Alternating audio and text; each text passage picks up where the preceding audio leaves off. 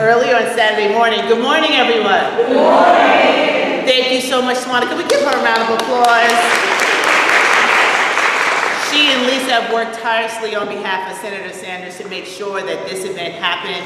We know he's on his way. When he comes, we'll pause so that we can receive him. But it's a blessing to be asked to be a part of such an event when we talk about women, power, and wealth. And I'm so glad that we're doing this in a church, because I tell everyone, don't invite me anywhere if you don't want me to tell you that without God I can do nothing. And I'm very, very honored to be here to start my day off with giving him the praise, because it's not about me and anything that I've done, but what he's doing through me, so that I can be an instrument of change in a very troubled world. As we gather here this morning, we know our country has a heavy heart because of the recent incidents that have happened in South Carolina. And it just shows us that there's more work to be done.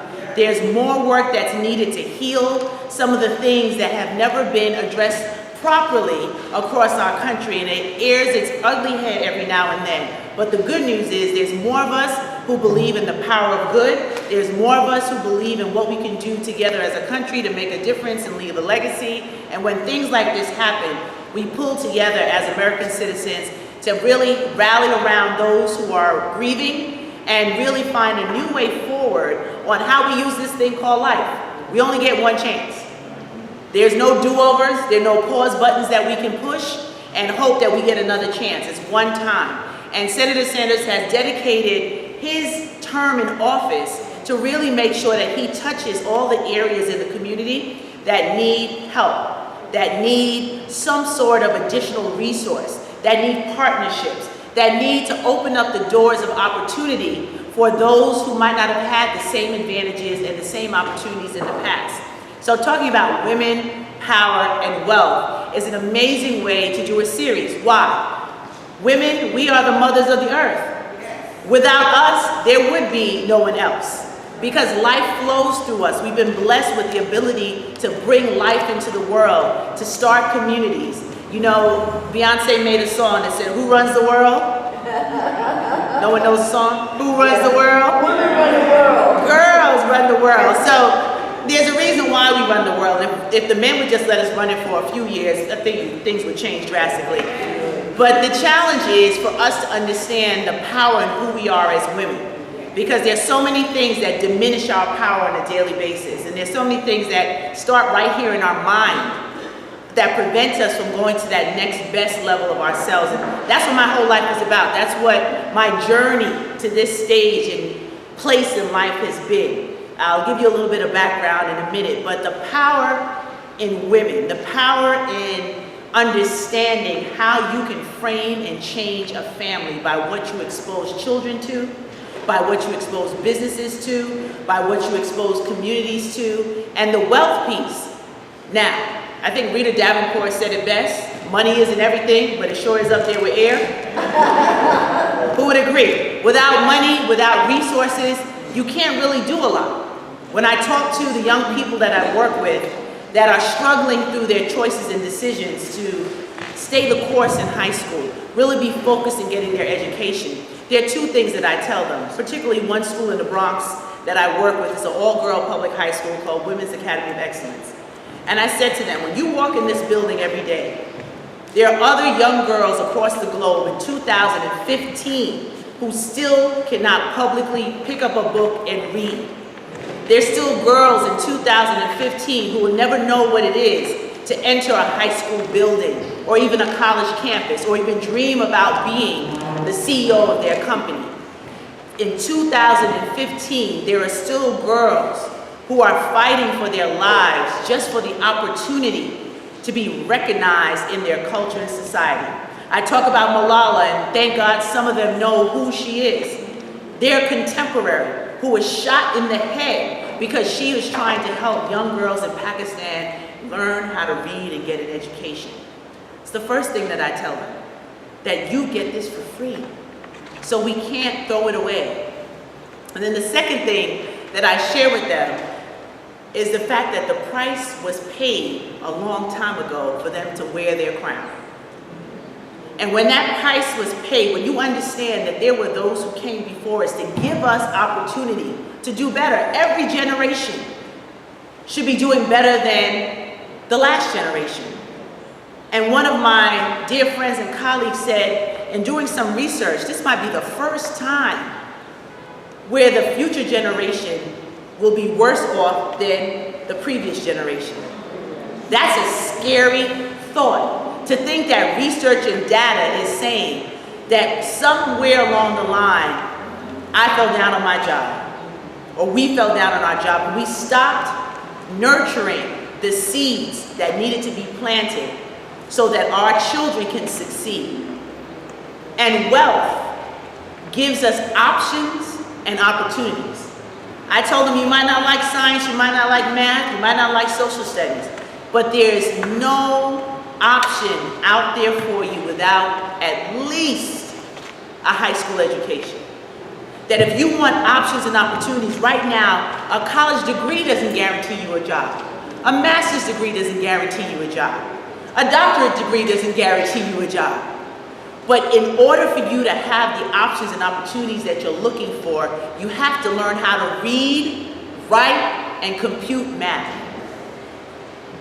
In order to compete in this global economy, which you'll hear some of the speakers talk about, we have to set ourselves up to do two things. To the powerful women that I've met in this room, I went around and met some of you who were here on time and early, which is always, the early bird gets the worm, as they say.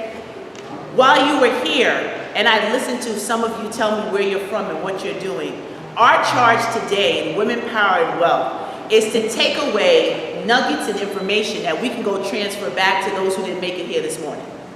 Our job today is to make sure that they understand that through the work of programs like what Senator Sanders is doing, we're able to change our communities. We can't keep doing the same thing over and over again, expecting a different result. You know what that's called?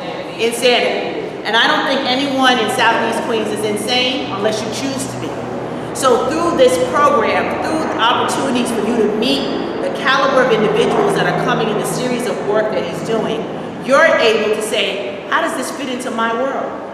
How can I now take this information and actually do something with it? So as you open up your packets and you have the note sheet, every time someone comes up here to speak, write down what resonated with you. What's your biggest takeaway? You're going to hear from entrepreneurs, you're going to hear from financial experts, you're going to hear from individuals who have already blazed a trail in their area of discipline. How do you stay connected with them? How do you join their mailing list? How do you follow the work that we're doing so that you can expand the work in our community? That's huge. A lot of us get information and we sit on the information and we do nothing with it. Today, let's make women, power, and wealth about taking action, about changing our current trajectory. Because if you're living in life, you're going to go through some ups and downs. When I was younger, I had one of the elders tell me, if you haven't gone through anything, baby, just keep living. Because guaranteed, something is about to come around the corner. And it's so true that every step we take, we don't know what's next. Someone was in Bible study and didn't come back that night. Someone was on a highway driving home and almost didn't make it home. Someone woke up still in their bed. Every moment is precious. So this gift that God has given us, the way we say thank you is how we live our life. The way we say thank you is how we pay it forward. The way we say thank you is how we encourage another young person to come up behind us and carry the torch. That's what it's about for me, and I'll share my personal story with you now. See, I wasn't always this confident about what I wanted to do because I let other people get in my head. I let other people make me think I didn't have what it takes, I'm not good enough, no one's gonna listen to me. I don't know if this is all really gonna work out, because if we listen to negative, miserable people, what's gonna happen to us? We turn into negative, miserable people. So you have to have the right people in your ear. I call it your front row. There's a wonderful poem that was written about who sits in your front row. And one of the things that it says is you have to be careful who you give your time, space, and energy to. Because if you're around people that are lifting you up, they encourage you to soar. But if you're around people who have not stepped into their own destiny, they're going to try to hold you back from yours. Can I get an amen, somebody? Amen. So thank God for caller ID. Because when people call you, here's the test, and this is a freebie, write this one down. When you go home today, I want you to think about the people you talk to the most on a daily basis, the top 5 people. And when you hear their name, I want you to write their names down, and then we're going to evaluate each relationship. You're going to put a smiley face or a frown face. That's the evaluation. They're not going to see it, so you can make it as decorative as you want. If when you see their name come up on your phone, on your call ID, whether it's your house or your cell phone, do you immediately smile? Is there joy? Or is it, what do they want now? What's the problem now? Who done did who wrong now? Still ain't leaving, but you're there, all right now. Those kind of calls waste your time. Those kind of people drain your energy, and sometimes you have to love them from a distance. I'm not telling you to go home and cut off people and get divorces and things. Don't come looking for Dr. Gray. I don't tell you to do it. All I told you to do is just evaluate how that relationship either builds or diminishes you as a person. The people that make you smile, the people that really care about how you're doing, not just how you're doing and they're jumping into what they need to tell you or what they want, but they're really concerned about how you're coming on in your own life. Someone said, I want to get my finances right. I've made a few mistakes. Honey, I can tell you about making a few mistakes, but you can still bounce back. So you want to be around someone to say, well, let's just look at where we are. Forget about the past. It's happened. How do we repair it? How do we put you in a position to never be that way again? How do we empower you to help other people not to deal with the kind of financial challenges that you've had in the past? Because sometimes we hold on to our stories for shame. Don't be ashamed, tell it. Because you free yourself. And if somebody else wants to walk with your burden, let them carry it. Because once you're free, you're free. So look and evaluate the top 5 people that you speak to on a daily basis. And if they don't bring joy, if they don't affirm you, if they don't encourage you, then you need to pause and decide how much time you really have to spend with them on a daily basis. The second thing I want you to write down that I share with my clients, this is my magic trick. 3 things a day. We can't do it all. How many of you remember Franklin planners? Those planners where you used to write down your agenda and do it. I see some hands going up. Before we got electronic, and you'd write down your to-do list, and then you'd organize it, and it'd be color-coded, and then you'd have little arrows and check marks and things when you got it done, and then you carried it all to the next day. Because you can't finish 20 things per day. That's just insanity. But what you can do is focus on your top 3 things that you need to do every day. That's my gift to you. If you do that consistently, you will build up momentum. You begin to believe that you're actually moving towards your goal, and then you have some traction. Because ultimately, every day we should be pouring something in to our bucket list. We should be pouring something in to the legacy that we're building. We should be pouring something in to how we're improving ourselves on a daily basis. Top 3 things. You're going to have 10 more that'll be on the list, but they're not the priority. If you can go to sleep at night knowing that those top 3 have been done, do you think you feel a little bit better? Do you think you feel like you're moving towards your goals? That's the key. So as you listen today, as you absorb this information, I gave you a lot to do, and that's good, because early in the morning I have to keep the brains going.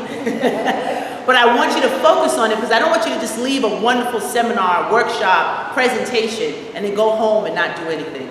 I want you to leave empowered, so that not only your life will change, but you liberate the lives around you as a result of you doing good. Now, let me just warn you about some of the labels. You know, when you see these commercials for the pharmacy, they tell you, well, this medication will make you this, that, and the other, but it might kill you, it might give you high blood pressure, it might give you diabetes. So here's my little bottom line. As a result of doing what I said, you might have some people look at you and be upset or angry at your progress.